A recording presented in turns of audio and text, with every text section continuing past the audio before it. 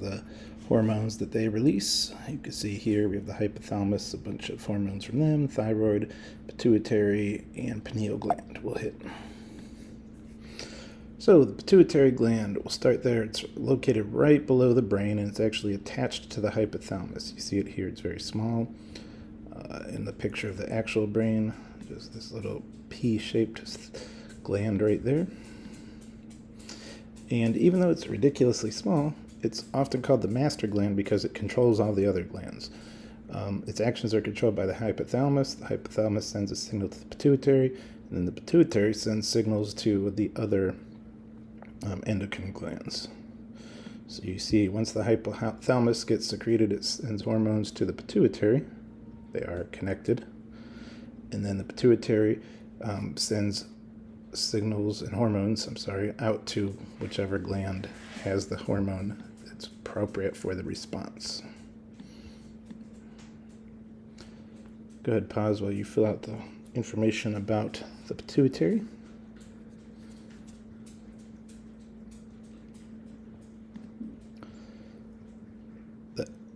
Anterior pituitary. Remember, anterior, posterior. So this will be the pituitary, part of the pituitary gland that's closer to like the front of your body, like where your nose would be. And it has a hormone that it stimulates called prolactin, or PRL. And this is the hormone that's responsible for milk production in a woman after they have a baby. So we look here. We said it all starts with the hypothalamus. So once the hypothalamus gets the signal, this would come from the actual baby suckling on the nipple. That causes thyrotropin releasing hormone to be released from the hypothalamus and go to the anterior pituitary. The anterior pituitary creates prolactin, and prolactin then is going to cause milk to be produced. And that's going to be, remember, positive feedback. As long as they're suckling, the baby's going, that's going to keep happening.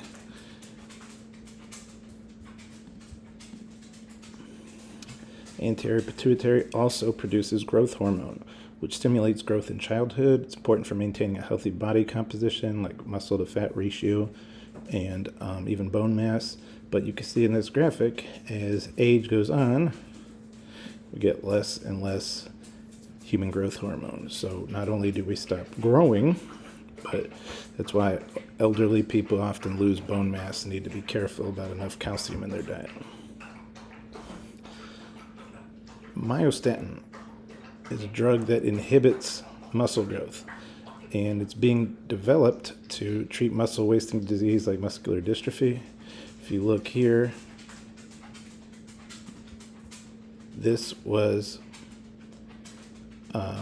treated with the drug, and he is significantly more muscular and big than the original normal wild mouse would look.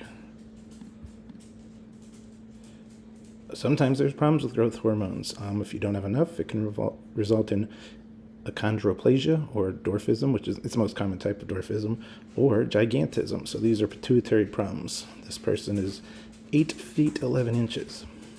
So he had hyperpituitarism, and this guy had hypo. Adrenocorticotropin, or ACTH, is another hormone produced by the anterior pituitary that produces cortisol, causes the cortisol to be released by the adrenal glands.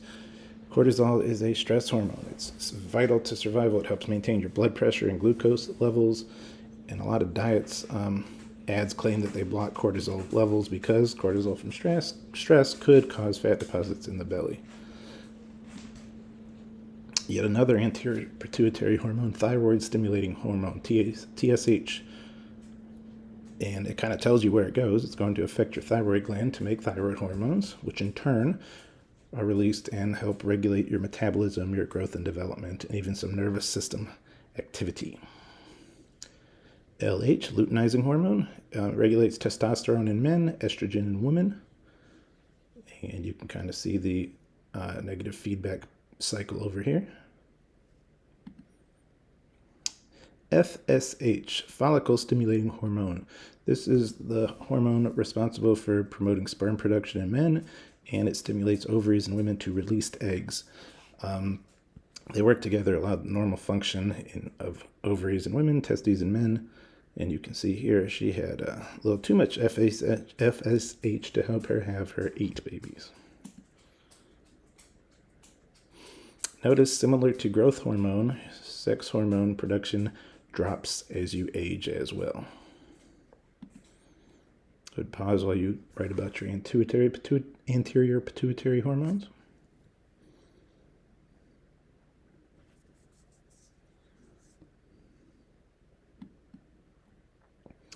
All right, so moving to the back side, the back half of the pituitary, the posterior pituitary, the hormones produced there, we have oxytocin, which helps contractions, whether it's breast tissue contraction for milk during nursing mothers or contractions during childbirth. And that's also an example of positive feedback that we don't have a lot of, but those are some. ADH, antidiuretic hormone, is also you might hear it referred to as vasopressin. It regulates water balance. So if you urinate too much, you can be dehydrated. Well, when the body's dehydrated, this hormone causes the kidneys to conserve water, to keep water in your body so you don't dehydrate too quickly. A diuretic, notice antidiuretic hormone, is trying to prevent water loss. Diuretics increase urine production. Many common foods and drinks contain chemicals that are diuretics, like alcohol. Hopefully you guys haven't tried it yet, but if you've ever seen somebody drinking, they pee a lot because alcohol is a diuretic. If somebody has bloating, especially women on their periods during menstruation, Midol is a drug that works by having a diuretic in it. It makes you pee more, which helps reduce that bloating. So here would be how ADH works. So we're trying to maintain an even water level in our blood. When the water level drops below our normal range, the hypothalamus detects other stuff at a higher concentration because it's not watered down as much in our blood. And that makes you thirsty, which hopefully you go and drink, and then you balance it out on yourself. And it also causes the posterior pituitary to release ADH because that stimulates kidneys to reabsorb the water as you do drink. If you drink too much, you're just drinking water all day long, more than you need, or maybe water level gets above in your blood the normal range. So the hypothalamus detects, hey, there's not as much stuff, solutes in the blood because the water is so high it's a lower concentration. Pituitary releases antidiuretic hormone, and that causes kidneys to reabsorb less water to get that water level back to homeostasis. And this kind of summarizes the pituitary hormones. Notice here the posterior. So this would be coming from the back side. If we look at the brain picture, this is facing forward, so it's anterior, posterior here. So our posterior hormones, we have antidiuretic, oxytocin, and then in our anterior we have a bunch of the ones we talked about: thyroid stimulating, ACTH, follicle stimulating, luteinizing hormone, all those other ones. So there are definitely more found in the anterior, but both parts of the pituitary are important. Pause while you put the pituitary notes in.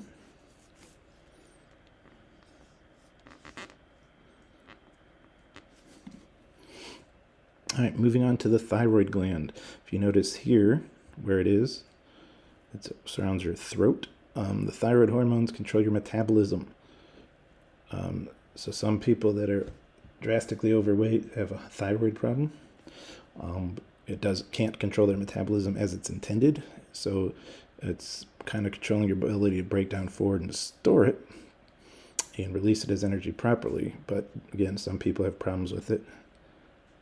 The hormones that are released from here are thyroxine and triiodothyronine. Just T4 and T3 are good enough.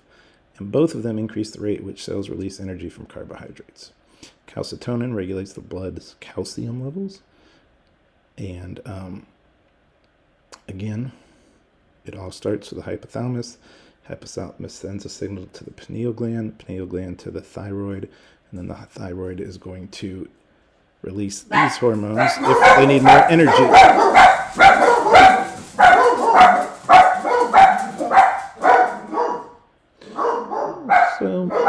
my barking dogs are probably releasing a little extra T4 and T3 now as they run to the door to bark, and they need a little more energy from their carbs that are stored on them.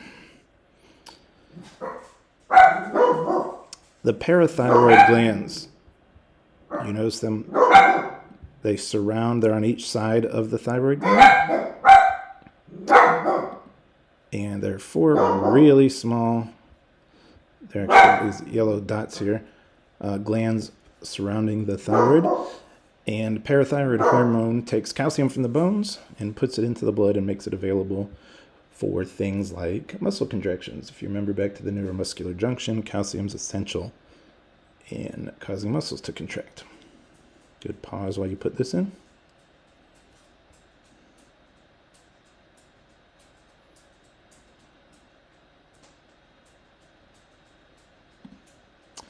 Your adrenal glands are located at the top of the kidneys, and you have an outer area called the adrenal cortex and the inner area called the adrenal medulla, and their glands, this is nice and easy, adrenal glands produce adrenaline, spelled the same basically, which is epinephrine, which is our fight or flight hormone.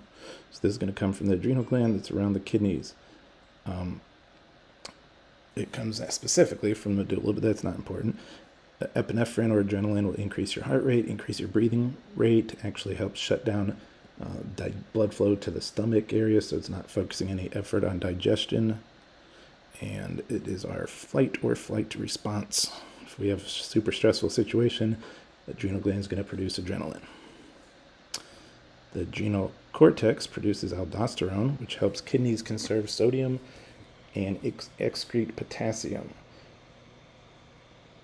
So it helps ultimately maintain our blood pressure. Cortisol and sex hormones, androgens and estrogens, are also produced in the adrenal cortex. Cortisol is going to help keep the blood glucose levels stable in response to stress, so not like insulin would in a normal eating or not being hungry situation. Cortisol kicks into effect when we have stressful situations. So go ahead and put all of the adrenal gland hormones into your notes.